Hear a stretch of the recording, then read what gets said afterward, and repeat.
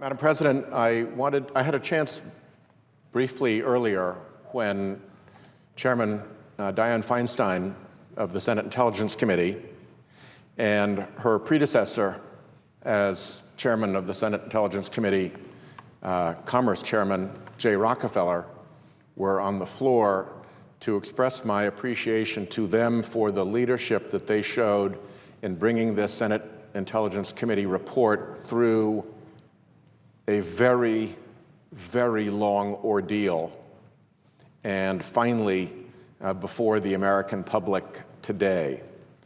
I am not going to revisit what the report says. I was on the Intelligence Committee as it was prepared, and I was closely involved in its preparation.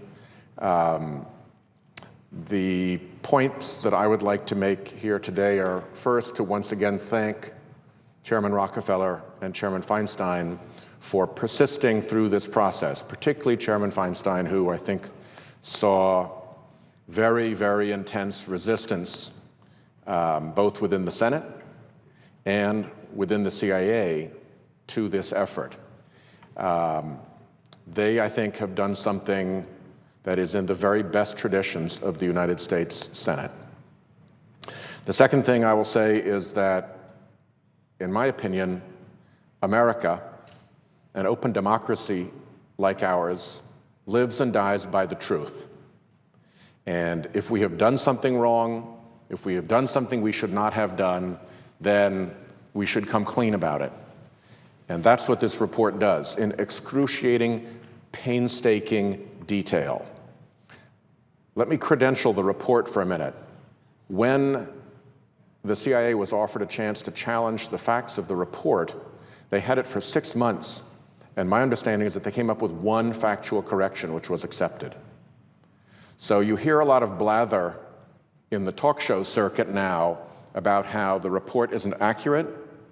Well, the agency that least wanted to see this report come out and most wanted to hammer at it had 6 months with full access to all the files, and the underlying knowledge of what was done, and the best they could come up with was a single correction. So I hope we can get past whether it was correct. The other thing we should get past is this is a bunch of sort of second armchair thinking by people who approved the program originally and now in reflection want to look good. The Senate was not briefed on this program until the public found out about it. The Senate Intelligence Committee was not briefed on this program until the public found out about it. The only people who were briefed on it were the chairs, the chair and the vice chair on the House and the Senate side. And they were told strictly not to talk to anybody, not to talk to staff, not to consult with lawyers, in some cases not even to talk with each other. So the idea that the Senate is now having some kind of second thoughts about this, having once approved it, part of the findings of the report is that the Senate was misled. Not only was the Senate misled, but it appears that the executive branch was misled as well. And the point that I'd like to conclude with is that when you have a wrong, a considerable wrong that has taken place, and I think that for an American agency to torture a human being is a very considerable wrong, it tends to affect nearby areas. You can't contain the wrong. So congressional oversight was compromised in order to protect this program. People simply weren't told, and when they were told, they were given watered-down, misleading, or outright false versions. Separation of powers has been compromised by this.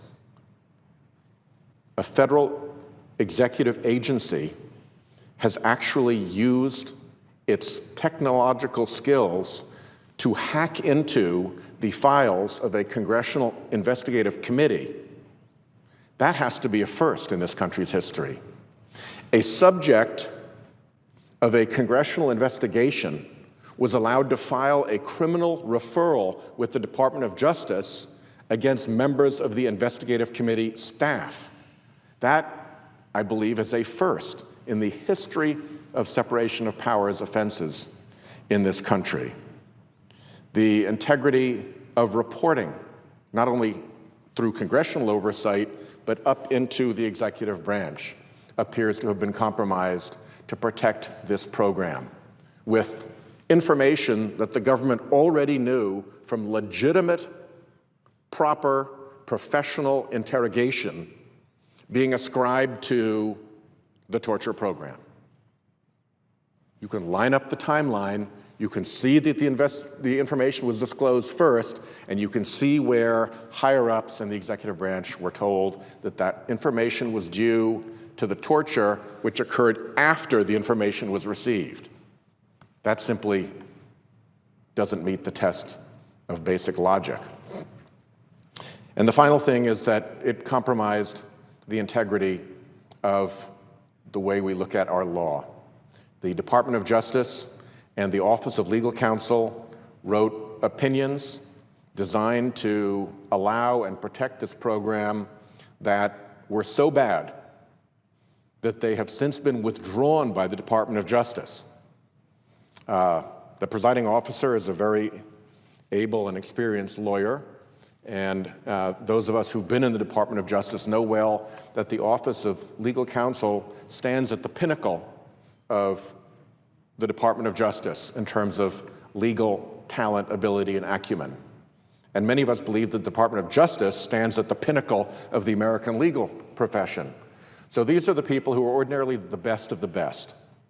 And when they write legal opinions so shoddy that they have to be withdrawn, when they overlook and fail to even address United States Circuit Court decisions that describe waterboarding as torture, when they're answering the question, is waterboarding torture, that is shoddy legal work. When I first got a look at this and came to the Senate floor to spoke at it, I described it as fire the associate quality legal work. That's what we got from the very top of the Department of Justice. It's not because there was a lack of talent there. It was because things were bent and twisted to support this program. So it's very important that the truth just came out, and I am very glad that this has happened. It is a sad day in many respects, because these are hard truths. These are hard facts to have to face. But we are better off as a country if we face hard truths and hard facts. And I'll close by saying this.